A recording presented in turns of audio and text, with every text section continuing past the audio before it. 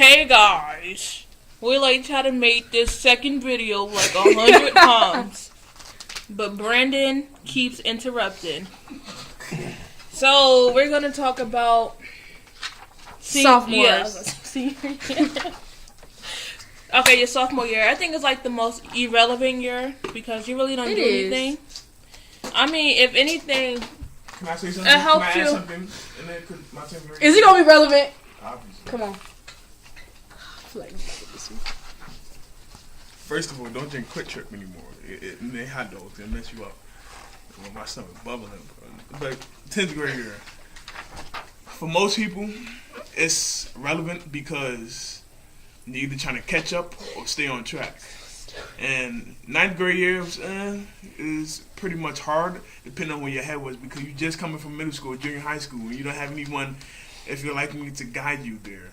So 10th grade year, 11th grade year is pretty much catching up. But if you're on track, it's really staying on track. You can keep your grades good. Even though it may seem hard, this and that. If you're playing sports as a 10th grader, it's going to be hard. But originally, if you're on track, keep on track and continue to move forward with your grades. But if you're not on track, it's just like a grind. Come on. Don't eat Quick Trip. My 10th grade year, it was kind of good because remember I said I had a low GPA. I So think they hot dogs for you. That kind of helped me bring up my GPA. I had a 2.4, 2.7, 2.7 to a 2.9. No, it was a 2.9. I don't remember. But 10th grade just helped me bring it up. So that's why I'm happy for 10th grade. That's when Alyssa and I started having classes together. We had 3 classes, I think. We had physical science. ROTC. No, we have ROTC together. We have math class. And we have world literature together. Oh yeah, Justin. And I don't know, we stayed together. Yeah. Inseparable. Anything about 10th grade? 10th grade, I would say, yeah, it was the most irrelevant year. So 10th grade it just kind of blew by, really. I kind of don't remember it like that. I mean, I remember the teachers I had, but it was so much. Oh, that's when Brandon. We took the PSAT. Oh! I forgot! Really? Cool. Yeah, you good. Well, sophomore year, I was the sophomore class president at our school. So, and Brandon helped me. He basically wrote my essay for me and did all this stuff for me. You want to tell what you had to do and what you did while you was in the office or whatever? So, okay, basically, I think I ran first semester, and I've been on SGA since I was in high school. Yeah. Since I was actually in middle school, I was on student government and all that. So, I just figured, why not? So, when I ran, it was a long process. It was real long. And I don't think nobody ran against me, because it was sort of kind of a blowout.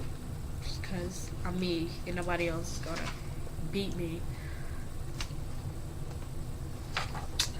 Anyway, but basically, I was one of the people responsible for everything that happened in our grade. So it was like I was the main person who organized things.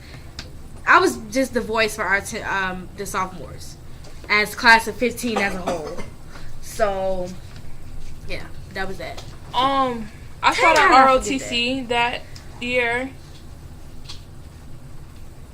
I started ROTC that year. But the classes I took were ROTC 1, Spanish 1, Math 2, World History and Literature. Vontae, pull the seat up. Physical Science. And it's Human Growth. Wait, what's the first thing for it? Early Childhood into Education, something like that.